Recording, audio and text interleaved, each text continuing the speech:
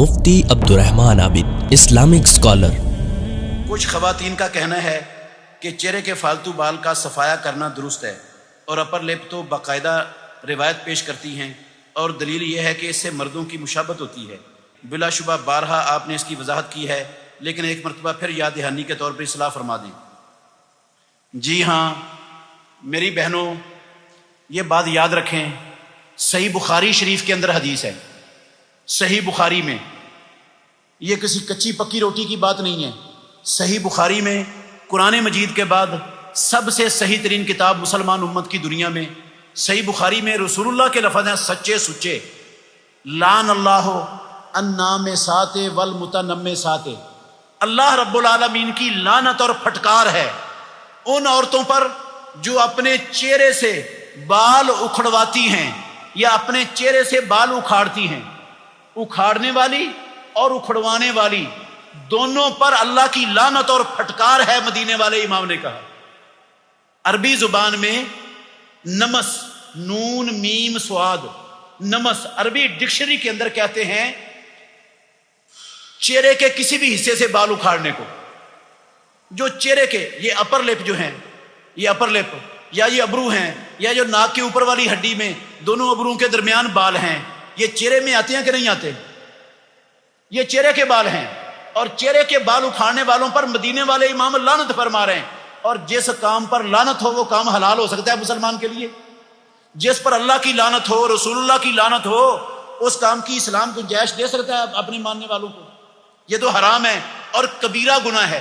جس پر لعنت ہوتی ہے وہ کبیرہ گناہ ہوتا ہے۔ باقی رہی یہ بات کہ یہ مردوں کی مشابہت ہوتی ہے، یہ مردوں کی مشابہت نہیں ہے، یہ غلط ہے۔ اس پر مردوں کی مشابہت والی احادیث فٹ نہیں ہوتی۔ مردوں کی مشابہت کیا ہے؟ مردوں کی مشابہت یہ ہے کہ عورت مردوں جیسے چھوٹے چھوٹے بال بنا لے، یہ مردوں کی مشابہت ہے۔ اپنے سر کے بال چھوٹے کر کے جس طرح مردوں کے بال ہیں اس طرح بنا لے۔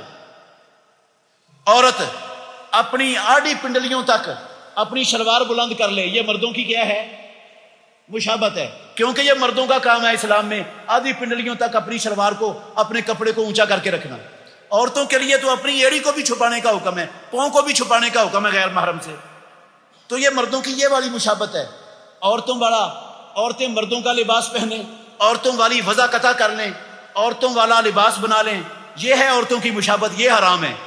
یہ جو ہے نا، یہ ناک کی اوپر والی ہڈی سے بال اکھاڑنا، یہ بالوں کا آ جانا، یہ مردوں کی مشابہت ہے ہی نہیں۔ بے شمار ایسے لوگ مرد ہیں جن کے ادھر بال ہے ہی نہیں، ہیں کہ نہیں؟ یہ آپ میں دیکھو کتنے لوگ بیٹھے ہیں جن کے ادھر بال نہیں ہیں، اور کئی ایسے ہیں مردوں میں جن کے بال ہیں۔ تو عورتیں بھی ایسی ہیں، کئیوں کے ادھر بال آ جاتے ہیں، کئیوں کے بال نہیں آتے۔ یہ رب نے اگائے ہیں، یہ تو مشابہت ہے ہی نہیں۔ مشابہت کیسے ہو گئی؟ کیا ادھر بالوں کا ہونا یہ صرف مردوں کی شان ہے بس؟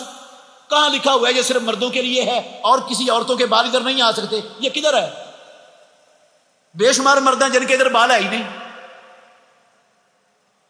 تو ادھر سے بال اکھاڑیں، ابروؤں کو باریک کریں، اپر لپ سے اکھاڑیں، ماتھے سے اکھاڑیں، رخساروں سے اکھاڑیں، تھوڑی سے اکھاڑیں، اللہ اور اللہ کے رسول کی لعنت برس جائے گی ان پر۔ اور جب تک ایسا کام کرتی رہیں گی لعنت برستی رہے گی، لعنت سے نہیں بچ پائیں گی۔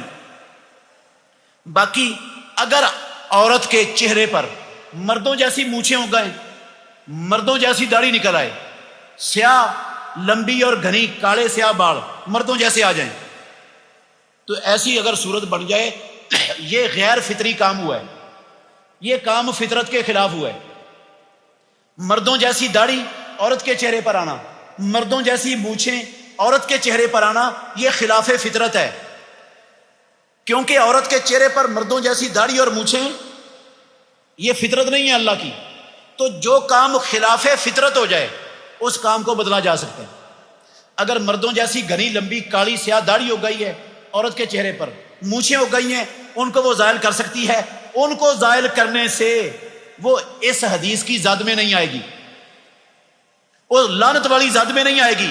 اگر مردوں جیسے سیاہ بال لمبے اور گھنے داڑھی اور مردوں جیسی مونچھیں ہو گئے، وہ ختم کر سکتی ہے۔ جو لوئیں ہوتے ہیں چہرے پر، صرف لوئیں، ان کو ختم کرنا اللہ کی لعنت کے نازل ہونے کا سبب ہے۔ یہ نہیں ختم کر سکتی عورت، چہرے کے کسی بھی حصے سے. توبہ کرنی چاہیے عورتوں کو, اللہ سے معافی مانگنی چاہیے. اور یہ جو غیر فطری اگر کوئی عورت کا چہرہ بن گیا تو اس کو ختم کر دے. وہ یہ ایسے ہی ہے. انگلیاں اللہ نے انسان کے ہاتھ میں کتنی پیدا کی ہیں؟ 5. بسا اوقات یہ چیچی کے ساتھ ایک اور انگلی اگی ہوتی ہے. بسا اوقات بعض لوگوں کے 4-5 انگلیوں کے بجائے 7-8 انگلیاں ہوتی ہیں, 2 انگوٹھے ہوتے ہیں کئیوں کے, دیکھیں ہیں نا. یہ غیر فطری کام ہے.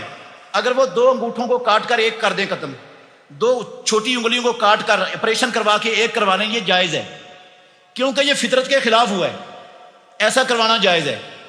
لیکن جو فطرت کے مطابق ہے اس کو تبدیل کرنا جائز نہیں ہے. فطرت کو جب بدلیں گے, اللہ کی تخلیق کو بدلیں گے, پھر لعنت آ جائے. بہترین صدقہ جاریہ حاصل کرنے کے لیے اس ویڈیو کو لائک, کمنٹ اور شیئر کرنا مت بھولیں.